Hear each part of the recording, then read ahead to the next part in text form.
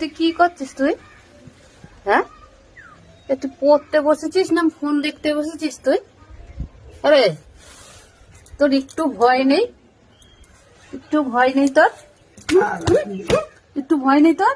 সামনে নাকি মাধ্যমিক পরীক্ষা দেবে, দেখেন আপনারা, দেখেন এই দেখেন, একদিকে ফোন আর একদিকে বই, নাকি মাধ্যমিক পরীক্ষা দেবে। এটা কি রেজাল্ট করবে তাহলে?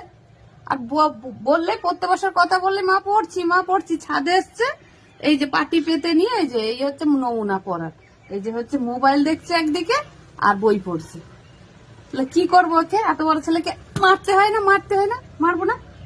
পড়বি না একটু, খালি ফাঁকি মারে পড়ায়। কি করবে জানি না, আমি পরীক্ষা কিরকম দেবে আমি বলতে পারবো না।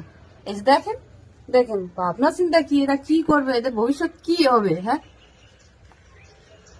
চুপ করে থাকবে, আবার একটা কিছু বললে এরকম চুপ করে মাথা নিচু করে বসে থাকবে, কিছু বলবে না, রামসাম যত